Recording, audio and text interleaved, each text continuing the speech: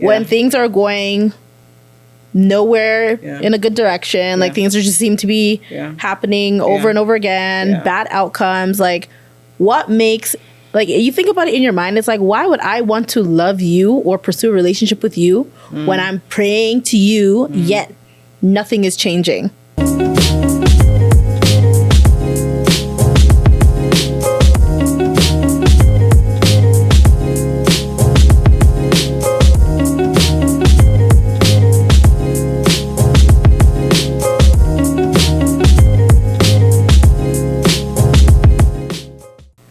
Suluter Nana Israel. Yes, that's me. We've been waiting for you. Oh my gosh. And I'm so glad that you're joining us. Thank you for having me. Thank you. Thank you. So you have such a powerful story. A powerful story. And when you were sharing with me, I was like, no. People need to hear this. People need to tap in. Like there's so much people who are going through this.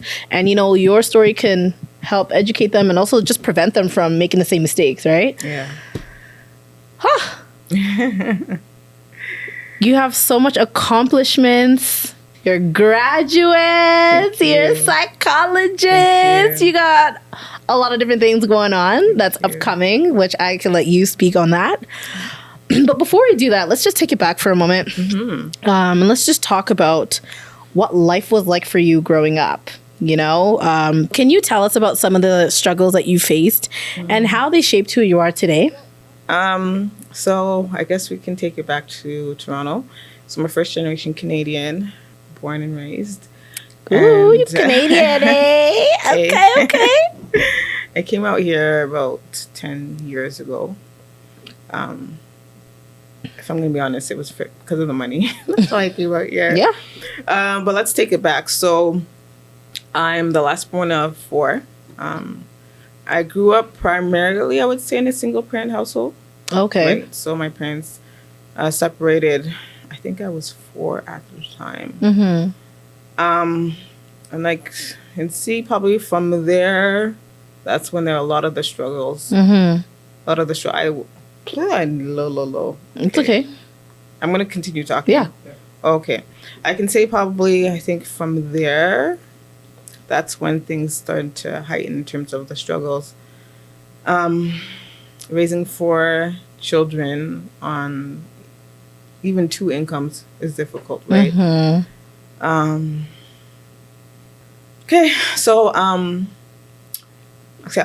we'll start off by saying, so there was definitely a lot of struggles growing up. I was a first generation Canadian, last born of 4 children, born and raised in Toronto. And then I came out here maybe about 10 years ago. So let me just take it back. We'll take it back to, so I was raised in Jane and Wilson. If you know Jane and Wilson. I don't know Jane and Wilson. Jane and Wilson is like, what I say, like 118th Ave. Oh, okay. Yeah. A lot of low income families. Oh, okay. Low income families. Yeah. So my parents got divorced at the age of 4. And I would say that's when a lot of the challenges arose. Right. Yeah. So just think of a single mother raising 4 children. I hadn't known my mom to work less than 2 jobs, so she was always working 2-3 jobs. Yeah, trying to raise all of us. And so it's like, where do I go from here? Okay, I'll start off by saying like her faith was intact. I would say was intact, was solid. Like many women in the community. That being said, I think for me, but the question arose where like, okay, mom seems, diligent in her faith, holding on to the word, but why are we in lack? When I say lack with a capital L, capital A, capital C, capital K, exclamation mark. When I say poverty, it was poverty, right? I just didn't understand why. I was like, and then for me, it really, shaped the way I view it. It affected my relationship with God, if I'm going to be honest. Right? Yeah. Yeah. Right? Because I was like, okay, if someone's serving like this, why are we poor? Why are we living like this? Why are we living like this? Right? Yeah. You know, I was one of those kids that accessed the food bank. You know, we had this program. I'm trying to recall the name. We had this program where basically they would feed you breakfast, right? Because we couldn't afford it. So I would go to school, and then be fed breakfast, right? So like, you know, places like Value Village, that was our go-to store. Like I said, food banks. We were on the welfare system at some point in time. Hand-me-downs. It was, you know, there were times where even food was difficult, right? But if you had seen me on the outside, you wouldn't think that. These are things that were happening in the home, right? And so there was also a lot of shame attached to that as well. Is that something that you carried, or that's just something that... Yeah, it was something that I was carried. Developed over time? So the seed started from there, and then it just developed over time, right? And so I grew up knowing how to mask things. Oh, okay. Right? Yeah. Because growing up in, what would you say, a communal household or a communal, like, community, right? Africans, I should say. I'm Canadian. Well, first, like I said, first generation Canadian. So I was born in Toronto, but my parents are from Ghana. Yes. Okay. Right. And so a lot of that community, and I also grew up in a Caribbean community as well, right? Oh, okay. Nice. Yeah. So I forgive some of those island vibes. That's the reason why. No problem. We care a lot about how people perceive us, right? So we know how to put on a front. Let me speak for my own house, for my own household. We know how to put on a front, right? But I knew what was happening. We knew what was happening behind closed doors, right? So there's that shame, like, and so I carried it for a long period of time. And essentially, like, so let's fast forward because the story can. We'll fast forward. So when I came out here, like I said, I was, you know, I've been a Christian for a long period of time. I gave my life to Christ, I think at the age of 7. Wow. Yeah, at the age of 7. I trusted the Lord in some areas and not. One of them being finances, because of how I had seen my mom grow up, my siblings grow up, myself grow up, right? Because I was saying, okay, again, if I'm serving you, why is it that even food is difficult for us, right? Yeah. Eviction notices, whatever the case may be, right? And so I brought that in coming into Edmonton. And then I remember this would have been, I believe 2014. So I moved out here 2014. I had saved some money, came out here, and then for a large, I would say not even 3 months. Yeah. The money went dry. Because I wasn't working right at the time. I was looking for work. Yeah. And I remember my rent, this was in August. My rent was due September 1st. This was August 31st. My fridge, nothing. I didn't know when my next meal would be. On the outside again, no one knew. Right? No rent, so that means like you're going to be kicked out the next day. Right. And I had I had contacted someone who I had previously lent money to. Oh, I forgot to say, I also lent money around that time too. Yeah. And so I was calling this individual, can you give me my funds back? I lent it for crickets. No. Crickets. Crickets. So I connected with someone else who had helped out previously before, thinking that, you know, they'd be able to help me. And the response they gave me was, who carried you out there? Essentially, like, that's kind of like, who told you to go there? I didn't tell you to go there. Oh. And it sucks because, like, you helped this person before. Yeah. I've forgiven this person. Yeah, that's good.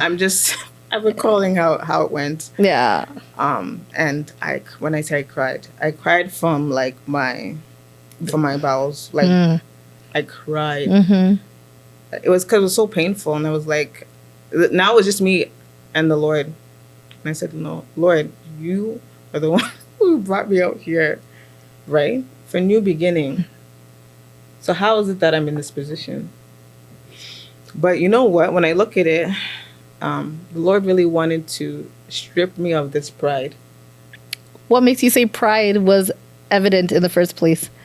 Because the reason why I say pride, because it didn't have to get to that point. Why didn't I ask for help earlier? Oh, okay. Right? Remember, I grew up trying to put on this front like everything was perfect. Right. Right? Yeah. And remember, I trusted him in other areas exception for this area of my life. For financials. Okay. Right? It's like, you never came to me. Why didn't you come to me? Mm-hmm. Right? Mm-hmm. Because it was a lack of trust. I didn't trust him. I trusted him in other areas, but I didn't trust him in this area. Right. So I was now in the corner. So it was either I basically take off this veil and come to him from the standpoint of like a daughter and father, right? He's my father. He should be able, like, if you're a responsible father, you're going to be able to, or you're going to do whatever it takes to provide for your daughter, right? Yes, that's true. And so, it was just, at this point, it was just me and the Lord. And I just confessed everything, shared everything, how I felt, my disappointment, my expectations, why did this happen, this and that. Like, it was raw. But at the end of the day, I said, Lord, I need your help. Father, I need your help. I need your help. It's just me and you now. And I don't even know when I dozed off. The tears, I just dozed off to bed. Oh, at the time I was living with roommates. So at this point, whether I was screaming, I didn't care. Right. If this is me and my God. Yeah, like, you're just at that point. I was at that point, like, and so I slept off and I woke up. And I would say at this point too, yes, I was a Christian, but I was also in the world. So I was doing 50-50. What do you mean by 50-50? So I was worldly. Like, I was engaging in worldly things. Yeah. But I was also going to church. If I'm going to, let's just keep it real. Okay, so you were going to church, and at other points you're like, okay. Yes, my foot was here. And my foot was here. Hey, right? We all been there. I've been there. I've been there. Oh, my goodness. I know exactly what you're talking about. It's all good. Anyways, so what had happened was, so in the morning, I just got a nudge. Like, go check your account. And I was like, why should I go check my account? I know it's like minus $4. I remember $4.28. TD Bank. You remember? I remember. Okay. I remember. And he's like, just go check your account. Just go check your account. There was this thing. Well, now that I know it was the Holy Spirit. Yeah. But like, there was this, my intuition just said, go check your account. So I was like, oh, okay, let me go check my account. When I say the Lord shows up. Even if it's 11:59, if he has said a thing, it has to come to pass. Yeah. So I went to go check my account, and I saw money in my account. Enough for rent and enough for food for at least 2 weeks. Come on. When I say I was flabbergasted, I was calculating. I was like, from where, how, this, that, right? Especially someone who's analytical. Right. I said, no. Like, how is this possible? Yeah. So I was like, okay, I was retracking. Did I have conversations with anyone? I called TD. I was like, do an investigation. Where did the money come from? I want to know, Yeah. And then the agent, or the customer service agent was like, oh, you got a email transfer or, just a transfer into your account. I don't remember the time or whatever. I think it was maybe somehow in the night or maybe either way, you got an email transfer. Okay, so again, I had to retract my who did I have conversations with? And I remember I had a conversation with a former friend of mine, but I was talking to her out of I was venting, not, again, remember I was talking about the pride. You weren't asking, yeah. I wasn't asking, I was just venting. Yeah. Like, I had I had lent money to so-and-so. Crickets, nothing. I had done this, asking for help. I was just venting. Right. Not knowing that The Lord placed it on her heart to send the funds. Wow. So I now called her on the phone. I'm like, did you send? And again, pride. Did you send the money? This and that. And she's like, yeah. I was like, why didn't you tell me? And she's like, yeah, I know, because you won't ask for it. So I knew that was the Holy Spirit speaking. You wouldn't ask for it. Okay, yeah, that's right. You wouldn't ask for it, so that's why I did it. Of course, I thanked her. And so I was able to pay my rent for September and then have food. I also had someone else. Again, I used to go to a different assembly, different church. And one of my good guy friends at the time, too, had shared what was happening. Again, just for venting sakes. He too also helped me during this time. Wow. Yeah. And so that's just kind of a bit in terms of, my story growing up. And then your second question was, how has it shaped me? Right. So one verse that always comes to mind is Proverbs 3, 4, and 5. Right? Trust in the Lord with all your heart and lean not on your own understanding. Mm-hmm. Right? So for me, the Lord was saying, trust me, irrespective of how things may have gone for you growing up. I'm saying this with all respect, Mm-hmm. For my father, irrespective of the fact that he had left, and it was just your mother who, raised all four of you. Irrespective of this trauma and this, there's my story is volumes. Yeah. Irrespective of all these things. Yeah. I'm telling you in this moment, trust me. I will never leave you nor forsake you. That thing, those words, I don't want to cry. Those words, for me, like, the way the Lord has showed up for me, like, so when he's like, basically, yeah, so the Lord was telling me, trust me with everything. When I say everything, don't leave one thing. Trust me with everything. Soon after that, I had a friend of mine who lived here, actually. He's moved to Saskatchewan now. And so we basically just connected over the phone. He's like, oh, he has some friends who were, because I was still looking for work at the time, right? Oh, sorry, I didn't even say, at the time, while this was going on, the Lord had told me to quit my job. Hold on. So he told you to quit while you need money. So he told me that I used to work retail. So he told me to quit. So before all this happened in August. Okay. So let's just say maybe spring is when he told me to quit. So in my head, I'm like, okay, I'll quit. So I'm thinking the job is going to come the next week. Is this still at the point where you're in Toronto before you moved to Edmonton, or you're in Edmonton? This is in Edmonton now. You were working, and now you quit your job? Yeah, so the Lord told me to quit. So I was thinking that I would find work. Right away. So now the money was draining. Yeah. So that's when the incident happened in August, when it was just me and him now, right? Yeah. So soon after that, now in the fall, like I said, I connected with a friend. He just invited me to a barbecue, and he said some of his friends would be there. And I said, okay, cool. I'll come, show up. Having a good time. Not knowing that most of his friends were, so professionally I'm a psychologist, but I started off as a social worker. Oh, yeah? So many of the people there were social workers. Where? Many of the people at the barbecue were social workers. Oh? And people there were social workers. And remember, the Lord said, trust me. Yes. With everything. Yeah. So obviously I still wasn't thinking like maybe this was a divine connection. The people that I met there, when I say favor, essentially I was able to connect with one person, and she got me a job, right? Going from retail, and now I'm working to the profession that I actually studied for. Wow. When I say the money increased levels. It increased levels. Listen, come on. That's right. There was just honestly, like, I can go on and on about this story, but years later, just like any time I would change jobs, it's like divine promotions. Like promotion, I wouldn't even have to ask, just promotions. Come on. Salary increases. Come on. 3 salary increases like in a year. In a year. So I really went, the Lord says, trust me in everything. Trust me in everything. Everything.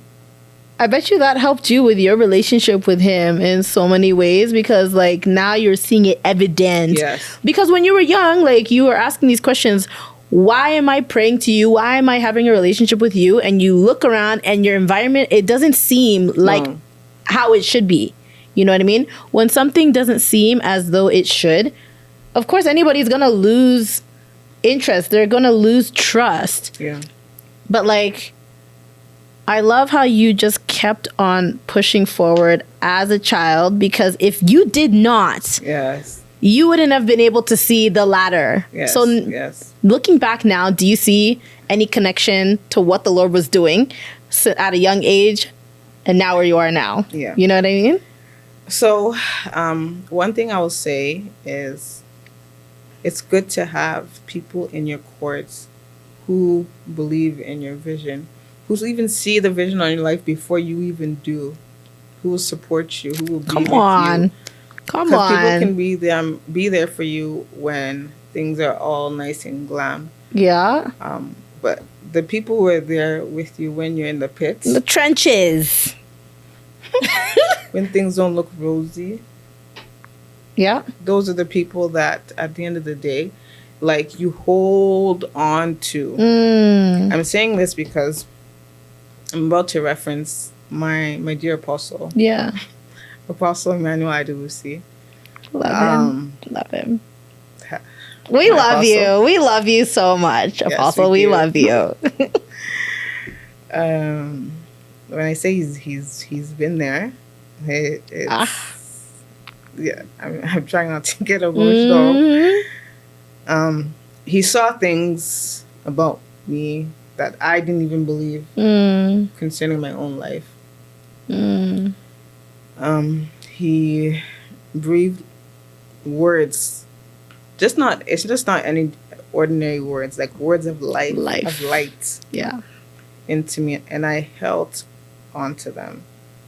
And I was very stubborn. I was very stubborn because in my head, again, because of obviously past relationships, whether it be just romantic or just platonic or whatever the case may be, I grew up to see that, like, if people were really there for you, it's because maybe there's something that they want from you. It wasn't genuine. Yeah.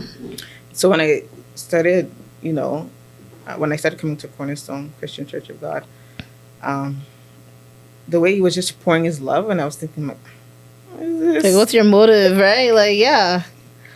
No one's this nice. Like, Yeah. But my apostle's been consistent. Consistent. It's consistency. Mm-hmm. Consistency. Continue to show me love, right? Sorry, I don't even remember what the question was. What was the last thing you said?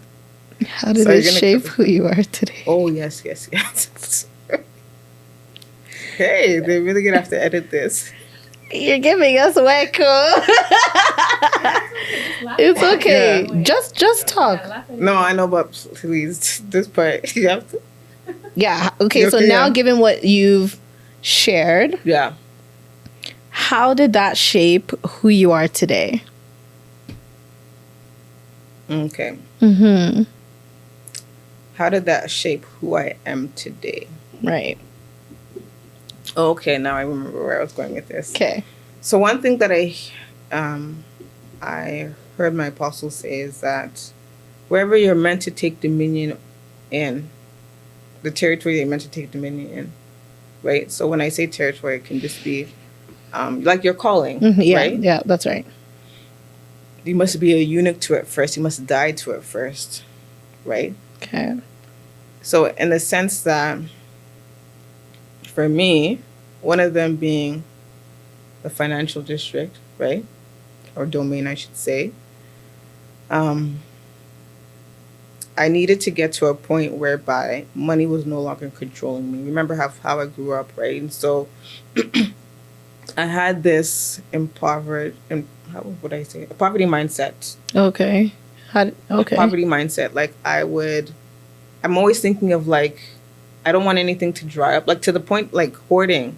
If I'm gonna be honest, there was a point in my life so you hoard your money because you don't want it. I was hoarding. You just want to make sure the money's there. Like, you need to see it in your account. I have to see like the physical cash. Yes. Oh, okay. Okay. My cupboards have to be full. Everything. Like, Yeah. I never want any again because so money was controlling me.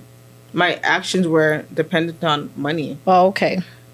But I had to die to that first. Hence why you see the journey. How did you die to it? How did I? Yeah. Those experiences, I died to it. Oh, okay. So going through those experiences is what qualified you to die to that particular thing. So going through those experiences. Yeah. But humbling myself, because you can still be poor and still, you can still be without and still be prideful to not ask for help. Yeah. Right? Yeah. But I went through those experiences, right? And I got to a stage where it's like, no, I can't do this on my own. I need you, Lord. Mm-hmm. So that whole experience, all those experiences, that season humbled me. Yeah. Right? Okay. So to get to the point where I am now. So I had to be able to fully trust him. Yes. Yes. Yes, that's right. Mm-hmm. Did you find that you had a hard time asking for help ever since? Or you're just wiser with it now? Like, you know what I mean? It's not everything you have to share, but like, if you really need it, do you think that it's hard? Is it hard for you now, or to ask for help? Yeah. I would say I'm definitely not where I was years ago. Oh, that's good. No. Thank God. There's been some progression there. Yeah. I know the Lord was also teaching me about vulnerability, how to be vulnerable. Mm-hmm. Right. Again, because of certain experiences that I've had, it toughened me maybe too much. Too much, right? Just not being able to trust people. And so as the Lord, continued to take me through these experiences and let me know that I am here for you. And he showed it. Mm-hmm. And it's not one, it's not two, I can't count. It's not one, not two, not three, not four. Each time for me really helped me to build my faith. Right. Right? Right. Of course, there's instructions that come along, right? It's just not like things are just kind of given to you just like that. No, he was pruning me. Yeah. Some things need to be uprooted. That's right. So that he can put in what was needed to take me to the future, right? So were there any steps that you've taken to build a better life for yourself? Like, for example, did you take classes on how to budget, or was that just something that you learned along the way? So I would say a bit of both. I definitely don't regret how I grew up. Yeah. I don't regret it at all. I wouldn't change my story. Mm-hmm. There's many things that I learned. One of them, my mom knows how to stretch a penny. When I say stretch a penny, she will negotiate. Listen, that comes in handy, especially nowadays. Yeah, you have to know how to save. She will negotiate, even at let's say chain, it can be, let's say a store let's say Nike, where they're not going to negotiate anything with you. Whatever it says on the price tag, it says on the price tag. Yeah. My mom will negotiate. That's right. Grocery stores. Yeah. And she'll get it. Yeah. She'll know. So I learned that. I'm good with my words. I learned that. Okay. The power of negotiation. So I would say that really helped me. But also, I'm someone who I like to learn from others, people that are ahead of me. Yeah, that is very important. Me, right? Yeah. So I was advised to read a lot of financial books as well, right? Mm-hmm. So a lot of reading, conferences. I'll go to conferences on wealth generational building. People don't talk about these much, we often refer to what's accessible. Yes, internet, Yeah. Books, yes, but conferences, not only do you get value, but you also expand your network and you get to meet a lot of good people. You do. Yeah. One thing I realized that we need to put our resources to things that will it's considered an investment. Yeah, that's right. Right? Yeah. There's a lot of free things online. Mm-hmm. But the secret to wealth, it's not available to just anybody. Right.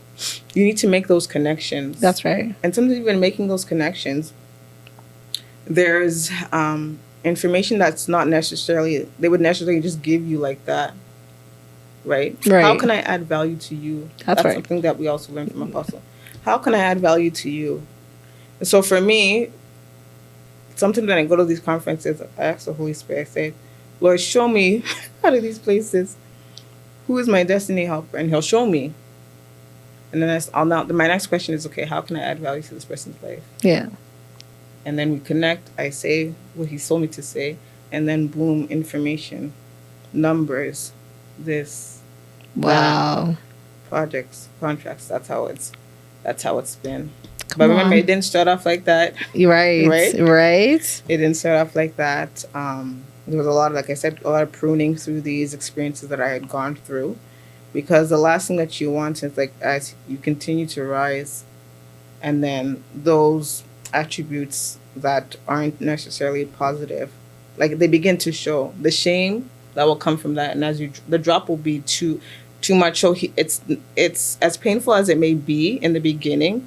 Allow Him to work on you, to mold you, to shape you in the beginning, right?